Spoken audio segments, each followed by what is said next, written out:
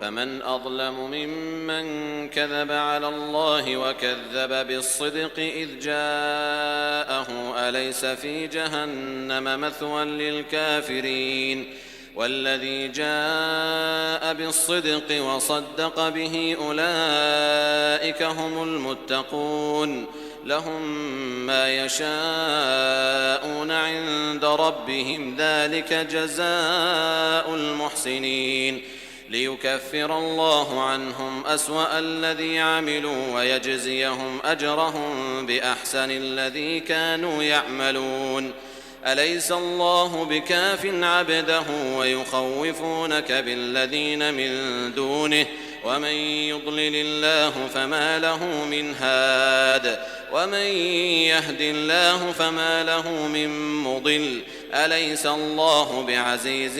ذي انتقام ولئن سألتهم من خلق السماوات والأرض ليقولن الله قل أفرأيتم ما تدعون من دون الله إن أرادني الله بضر هل هن كاشفات ضره أو أرادني برحمة هل هن ممسكات رحمته قل حسبي الله عليه يتوكل المتوكلون قل يا قوم اعملوا على مكانتكم إني عامل فسوف تعلمون من يأتيه عذاب يخزيه ويحل عليه عذاب مقيم إنا أنزلنا عليك الكتاب للناس بالحق فمن اهتدى فلنفسه ومن ضل فإنما يضل عليها وما أنت عليهم بوكيل الله يتوفى الأنفس حين موتها والتي لم تمت في منامها فيمسك التي قضى عليها الموت ويرسل الأخرى إلى أجل مسمى إن في ذلك لآيات لقوم يتفكرون أم اتخذوا من دون الله شفعاء قل أولو كانوا لا يملكون شيئا ولا يعقلون قل لله الشفاعة جميعا له ملك السماوات والأرض ثم إليه ترجعون وإذا ذكر الله وحده اشمأزت قلوب الذين لا يؤمنون بالآخرة وإذا ذكر الذين من دونه إذا هم يستبشرون قل اللهم فاطر السماوات والأرض عالم الغيب والشهادة أنت تحكم بين عبادك فيما كانوا فيه يختلفون ولو أن للذين ظلموا ما في الأرض جميعا ومثله معه لافتدوا به من سوء العذاب يوم القيامة وبدا لهم من الله ما لم يكونوا يحتسبون وبدا لهم سيئات ما كسبوا وحاق بهم ما كانوا به يستهزئون فإذا مس الإنسان ضر دعانا ثم إذا خولناه نعمة منا قال إنما أوتيته على علم بل هي فتنة ولكن أكثرهم لا يعلمون قد قالها الذين من قبلهم فما أغنى عنهم ما كانوا يكسبون فأصابهم سيئات ما كسبوا والذين ظلموا من هؤلاء سيصيبهم سيئات ما كسبوا وما هم بمعجزين أولم يعلموا أن الله يبسط الرزق لمن يشاء ويقدر إن في ذلك لآيات لقوم يؤمنون قل يا عبادي الذين أسرفوا على أنفسهم لا تقنطوا من رحمة الله إن الله يغفر الذنوب جميعا إنه هو الغفور الرحيم وأنيبوا إلى ربكم وأسلموا له من قبل أن يأتيكم العذاب ثم لا تنصرون واتبعوا أحسن ما أنزل إليكم من ربكم من قبل أن يأتيكم العذاب بغتة وأنتم لا تشعرون أن تقول نفس يا حسرة على ما فرطت في جنب الله وإن كنت لمن الساخرين، أو تقول لو أن الله هداني لكنت من المتقين، أو تقول حين ترى العذاب لو أن لي كرة فأكون من المحسنين. بلى قد جاءتك آياتي فكذبت بها واستكبرت وكنت من الكافرين. ويوم القيامة ترى الذين كذبوا على الله وجوههم مسودة أليس في جهنم مثوى للمتكبرين. وينجي الله الذين اتقوا بمفازتهم لا يمسهم السوء ولا هم يحزنون. الله خالق كل شيء وهو على كل شيء وكيل، له مقاليد السماوات والأرض، والذين كفروا بآيات الله أولئك هم الخاسرون. قل أفغير الله تأمروني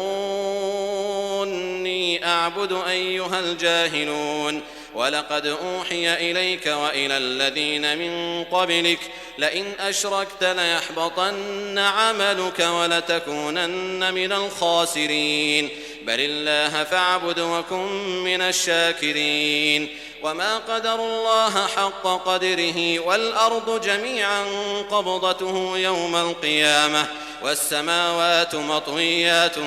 بيمينه سبحانه وتعالى عما يشركون.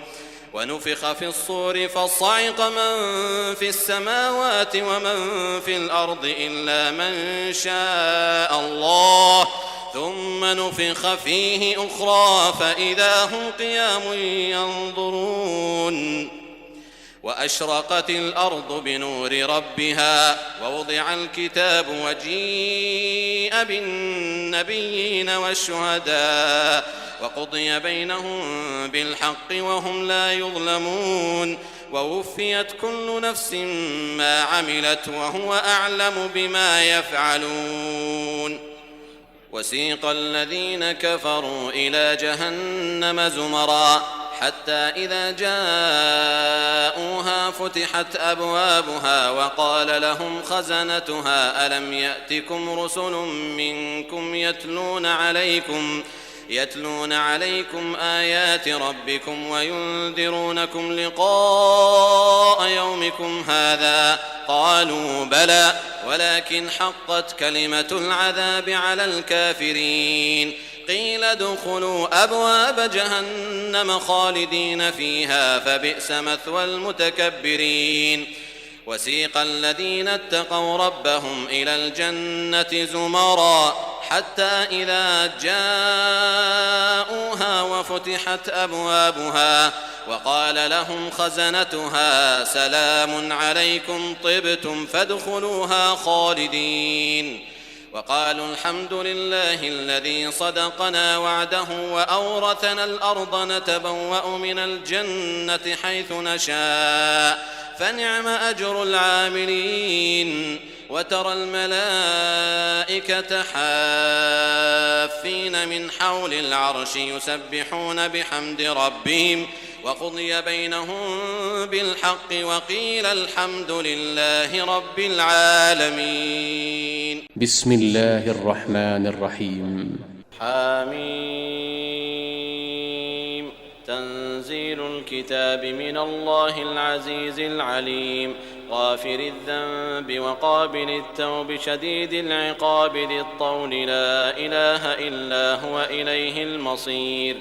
ما يجادل في آيات الله إلا الذين كفروا فلا يغررك تقلبهم في البلاد. كذبت قبلهم قوم نوح والأحزاب من بعدهم وهمت كل أمة برسولهم ليأخذوه وجادلوا بالباطل ليدحضوا به الحق فأخذتهم فكيف كان عقاب. وكذلك حقت كلمة ربك على الذين كفروا أنهم أصحاب النار الذين يحملون العرش ومن حوله يسبحون بحمد ربهم ويؤمنون به ويؤمنون به ويستغفرون للذين آمنوا ربنا وسعت كل شيء رحمة وعلما فاغفر للذين تابوا واتبعوا سبيلك وقهم عذاب الجحيم ربنا وأدخلهم جنات عدن التي وعدتهم ومن صلح من آبائهم وأزواجهم وذرياتهم إنك أنت العزيز الحكيم وقهم السيئات ومن تق السيئات يومئذ فقد رحمته وذلك هو الفوز العظيم إن الذين كفروا ينادون لمقت الله أكبر من مقتكم أنفسكم إذ تدعون إلى الإيمان فتكفرون قالوا ربنا أمتنا اثنتين وأحييتنا اثنتين فاعترفنا بذنوبنا فهل إلى خروج من سبيل ذلكم بأنه إذا دعي الله وحده كفرتم وإن يشرك به تؤمنوا فالحكم لله العلي الكبير هو الذي يريكم آياته وينزل لكم من السماء رزقا وما يتذكر إلا من ينيب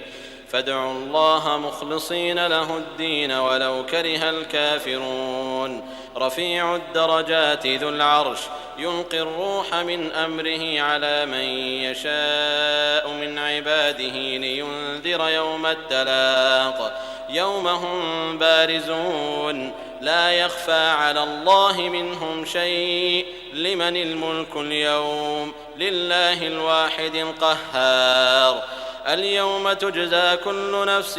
بما كسبت لا ظلم اليوم إن الله سريع الحساب وأنذرهم يوم الآزفة إذ القلوب لدى الحناجر كاظمين ما للظالمين من حميم ولا شفيع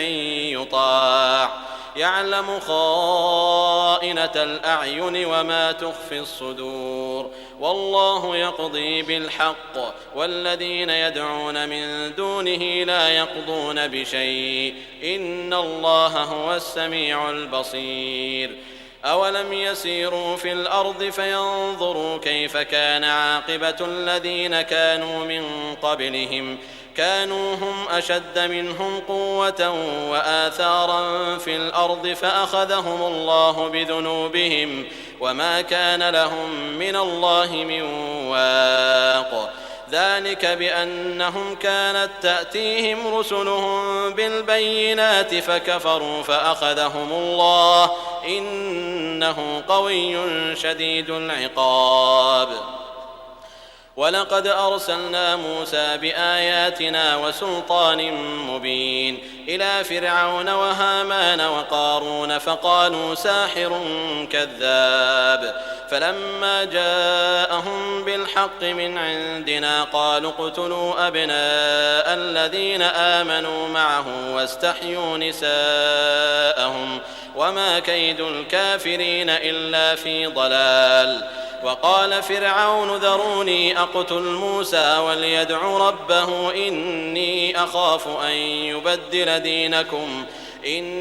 أخاف أن يبدل دينكم أو أن يظهر في الأرض الفساد وقال موسى إني عذت بربي وربكم من كل متكبر لا يؤمن بيوم الحساب وقال رجل مؤمن من آل فرعون يكتم إيمانه أتقتلون رجلا أن يقول ربي الله وقد جاءكم بالبينات من ربكم وإن يك كاذبا فعليه كذبه وإن يك صادقا يصبكم بعض الذي يعدكم إن الله لا يهدي من هو مسرف كذاب يا قوم لكم الملك اليوم ظاهرين في الأرض فمن ينصرنا من بأس الله إن جاءنا قال فرعون ما أريكم إلا ما أرى وما أهديكم إلا سبيل الرشاد وقال الذي آمن يا قوم إني أخاف عليكم مثل يوم الأحزاب مثل دأب قوم نوح وعاد وثمود والذين من بعدهم وما الله يريد ظلما للعباد ويا قوم إني أخاف عليكم يوم التناد يوم تولون مدبرين ما لكم من الله من عاصم ومن يضلل الله فما له من هاد ولقد جاءكم يوسف من قبل بالبينات فما زلتم في شك مما جاءكم به حتى إذا هلك قلتم لن يبعث الله من بعده رسولا كذلك يضل الله من هو مسرف مرتاب الذين يجادلون في آيات الله بغير سلطان أتاهم كبر مقتا عند الله وعند الذين آمنوا كذلك يطبع الله على كل قلب متكبر جبار وقال فرعون يا هامان ابن لي صرحا لعلي أبلغ أسباب السماوات فأطلع إلى إله موسى وإني لأظنه كاذبا وكذلك زين لفرعون سوء عمله وصد عن السبيل وما كيد فرعون إلا في تباب وقال الذي آمن يا قوم اتبعون أهدكم سبيل الرشاد يا قوم إنما هذه الحياة الدنيا متاع وإن الآخرة هي دار القرار من عمل سيئة فلا يجزى إلا مثلها ومن عمل صالحا من ذكر أو أنثى وهو مؤمن فأولئك يدخلون الجنة يرزقون فيها بغير حساب ويا قوم ما لي أدعوكم إلى النجاة وتدعونني إلى النار تدعونني لأكفر بالله وأشرك به ما ليس لي به علم وأنا أدعوكم إلى العزيز الغفار لا جرم أن ما تدعونني إليه ليس له دعوة في الدنيا ولا في الآخرة وأن مردنا إلى الله وأن المسرفين هم أصحاب النار فستذكرون ما أقول لكم وأفوض أمري إلى الله إن الله بصير بالعباد فوقاه الله سيئات ما مكروا وحاق بآل فرعون سوء العذاب النار يعرضون عليها غدوا وعشيا ويوم تقوم الساعة أدخلوا آل فرعون أشد العذاب وإذ يتحاجون في النار فيقول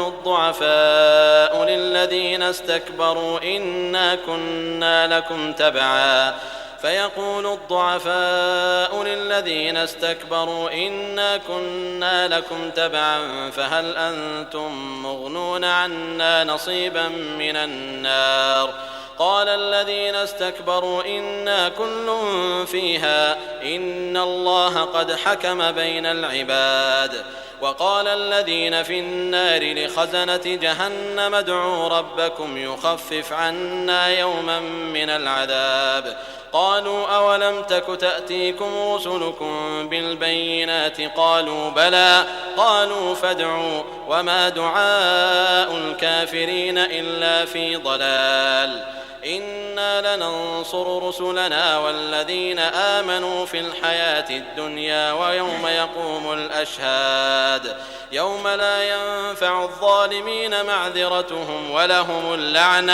ولهم اللعنة ولهم سوء الدار ولقد آتينا موسى الهدى وأورثنا بني إسرائيل الكتاب هدى وذكرى لأولي الألباب فاصبر إن وعد الله حق واستغفر لذنبك وسبح بحمد ربك بالعشي والإبكار إن الذين يجادلون في آيات الله بغير سلطان أتاهم إن في صدورهم إلا كبر ما هم ببالغيه فاستعذ بالله إنه هو السميع البصير لخلق السماوات والأرض أكبر من خلق الناس ولكن أكثر الناس لا يعلمون وما يستوي الأعمى والبصير والذين آمنوا وعملوا الصالحات ولا المسيء قليلا ما تتذكرون إن الساعة لآتية لا ريب فيها ولكن أكثر الناس لا يؤمنون وقال ربكم ادعوني أستجب لكم إن الذين يستكبرون عن عبادتي سيدخلون جهنم داخرين الله الذي جعل لكم الليل لتسكنوا فيه والنهار مبصرا إن الله لذو فضل على الناس ولكن أكثر الناس لا يشكرون ذلكم الله ربكم خالق كل شيء لا إله إلا هو فأنى تؤفكون كذلك يؤفك الذين كانوا بآيات الله يجحدون أعوذ بالله من الشيطان الرجيم بسم الله الرحمن الرحيم الله الذي جعل لكم الأرض قرارا والسماء بناء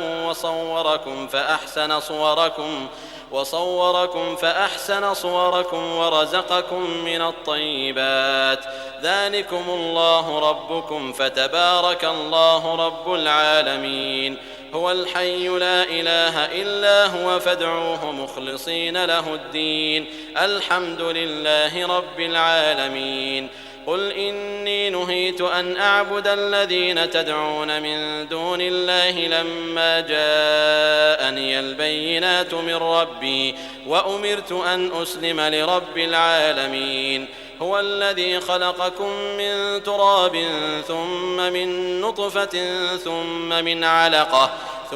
من علقة ثم يخرجكم طفلا ثم لتبلغوا أشدكم ثم لتكونوا شيوخا ومنكم من يتوفى من قبل ولتبلغوا أجلا مسمى ولعلكم تعقلون هو الذي يحيي ويميت فإذا قضى أمرا فإنما يقول له كن فيكون ألم تر إلى الذين يجادلون في آيات الله أنى يصرفون الذين كذبوا بالكتاب وبما أرسلنا به رسلنا فسوف يعلمون إذ الأغلال في أعناقهم والسلاسل يسحبون في الحميم ثم في النار يسجرون ثم قيل لهم أين ما كنتم تشركون من دون الله قالوا ضلوا عنا بل لم نكن ندعو من قبل شيئا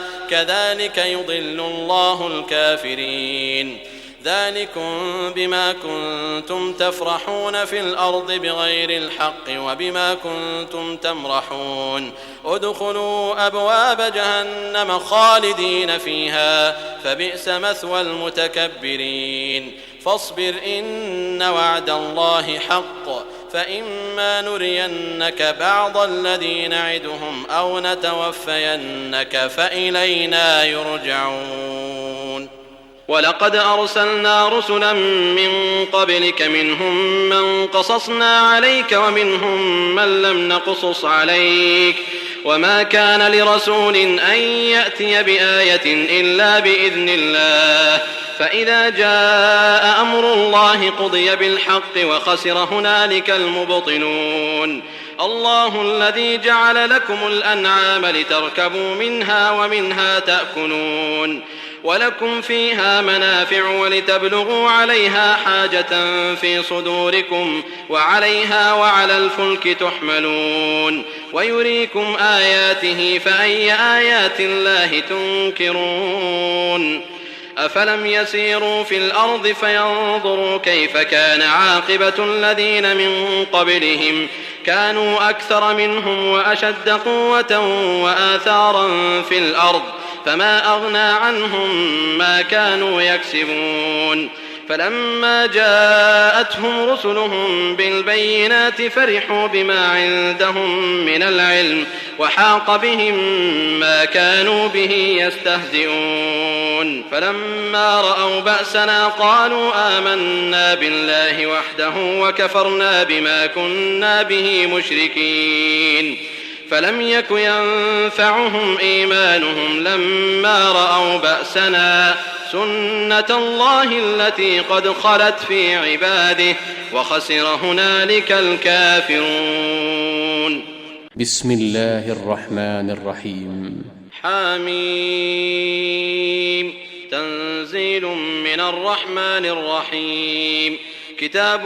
فصلت آياته قرآنا عربيا لقوم يعلمون بشيرا ونذيرا فأعرض أكثرهم فهم لا يسمعون وقالوا قلوبنا في أكنة مما تدعونا إليه وفي آذاننا وقر ومن بيننا وبينك حجاب فاعمل إننا عاملون قل إنما أنا بشر مثلكم يوحى إلي أنما إلهكم إله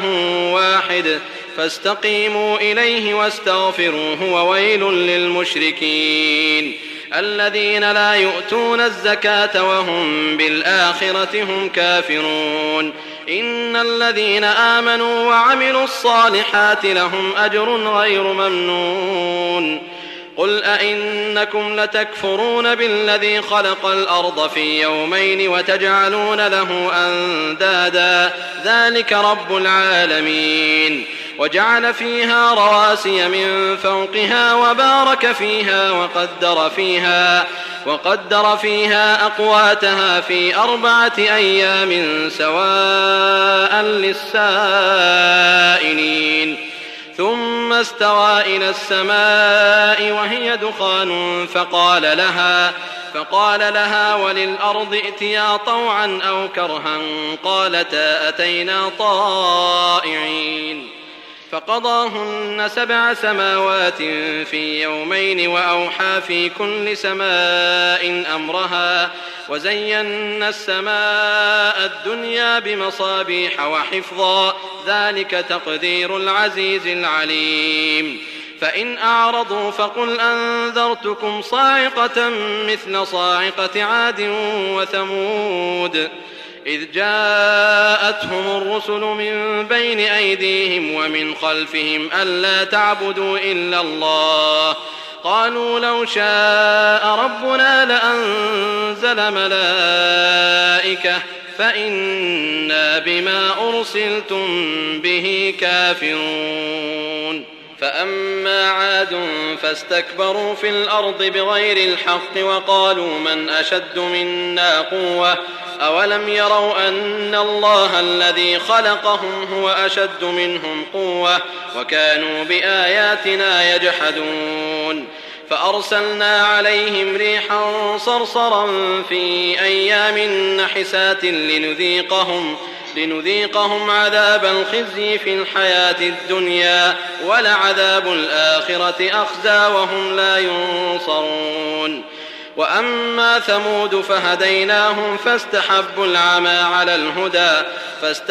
العمى على الهدى فأخذتهم صاعقة العذاب الهون بما كانوا يكسبون ونجينا الذين آمنوا وكانوا يتقون ويوم يحشر أعداء الله إلى النار فهم يوزعون حتى إذا ما جاءوها شهد عليهم سمعهم وأبصارهم وجلودهم بما كانوا يعملون وقالوا لجلودهم لم شهدتم علينا قالوا أنطقنا الله الذي أنطق كل شيء وهو خلقكم أول مرة وإليه ترجعون وما كنتم تستترون أن يشهد عليكم سمعكم ولا أبصاركم ولا جلودكم ولكن ظننتم أن الله لا يعلم كثيرا مما تعملون وذلكم ظنكم الذي ظننتم بربكم أرداكم أرداكم فأصبحتم من الخاسرين فإن يصبروا فالنار مثوى لهم وإن يستعتبوا فما هم من المعتبين وقيضنا لهم قرناء فزينوا لهم ما بين أيديهم وما خلفهم وحق عليهم القول في قد خلت من قبلهم من الجن والإنس إنهم كانوا خاسرين وقال الذين كفروا لا تسمعوا لهذا القرآن والغوا فيه لعلكم تغلبون فلنذيقن الذين كفروا عذابا شديدا ولنجزينهم أسوأ الذي كانوا يعملون ذلك جزاء أعداء الله النار لهم فيها دار الخلد جزاء بما كانوا بآياتنا يجحدون وقال الذين كفروا ربنا أرنا الذين أضلانا من الجن والإنس نجعلهما تحت أقدامنا ليكونا من الأسفلين إن الذين قالوا ربنا الله ثم استقاموا تتنزل عليهم الملائكة ألا تخافوا ولا تحزنوا وأبشروا بالجنة التي كنتم توعدون نحن أولياؤكم في الحياة الدنيا وفي الآخرة ولكم فيها ما تشتهي أنفسكم ولكم فيها ما تدعون نزلا من غفور رحيم ومن أحسن قولا ممن دعا إلى الله وعمل صالحا وقال إنني من المسلمين ولا تستوي الحسنة ولا السيئة ادفع بالتي هي أحسن فإذا الذي بينك وبينه عداوة كأنه ولي حميم وما يلقاها إلا الذين صبروا وما يلقاها إلا ذو حظ عظيم وإما ينزغنك من الشيطان نزغ فاستعذ بالله إنه هو السميع العليم ومن آياته الليل والنهار والشمس والقمر لا تسجدوا للشمس ولا للقمر واسجدوا لله الذي خلقهن إن كنتم إياه تعبدون فإن استكبروا فالذين عند ربك يسبحون له بالليل والنهار وهم لا يسأمون ومن آياته أنك ترى الأرض خاشعة فإذا أنزلنا عليها الماء اهتزت وربت إن الذي أحياها لمحيي الموتى إنه على كل شيء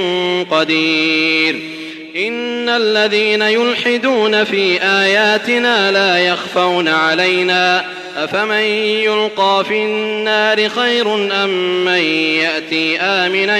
يوم القيامة اعملوا ما شئتم إنه بما تعملون بصير إن الذين كفروا بالذكر لما جاءهم وإنه لكتاب عزيز لا يأتيه الباطل من بين يديه ولا من خلفه تنزيل من حكيم حميد ما يقال لك إلا ما قد قيل للرسل من قبلك إن ربك لذو مغفرة وذو عقاب أليم ولو جعلناه قرآنا أعجميا لقالوا لولا فصلت آياته أعجمي وعربي قل هو للذين آمنوا هدى وشفاء والذين لا يؤمنون في آذانهم وقر وهو عليهم عمى أولئك ينادون من مكان بعيد ولقد آتينا موسى الكتاب فاختلف فيه ولولا كلمة سبقت من ربك لقضي بينهم وإنهم لفي شك منه مريب من عمل صالحا فلنفسه ومن أساء فعليها وما ربك بظلام للعبيد